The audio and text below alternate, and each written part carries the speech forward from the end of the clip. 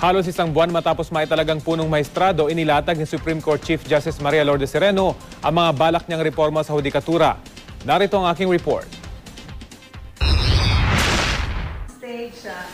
Diretsahan ang mga pahayag ni Supreme Court Chief Justice Maria Lourdes Sereno sa harap ng mga negosyante. Malaki ang kanilang maitutulong para mapaganda ang hudikatura. This is a very hard-nosed proposition.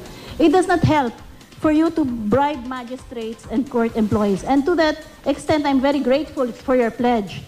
And I want to believe that you are 100% committed to this pledge.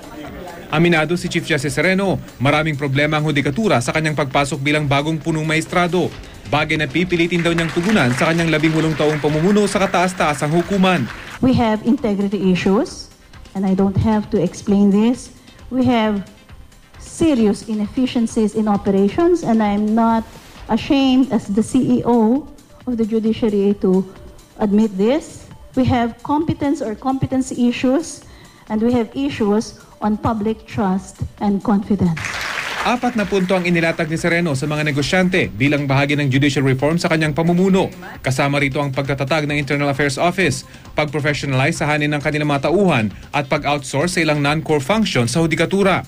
Sa laki ng problema, tama lang ayon kay Chief Justice Sereno ang 18 taon niyang panunungkulan para maipatupad ang lahat ng reformang kanyang binabalak. This is to assure you that under my leadership, you will see 18 years of judicial stability.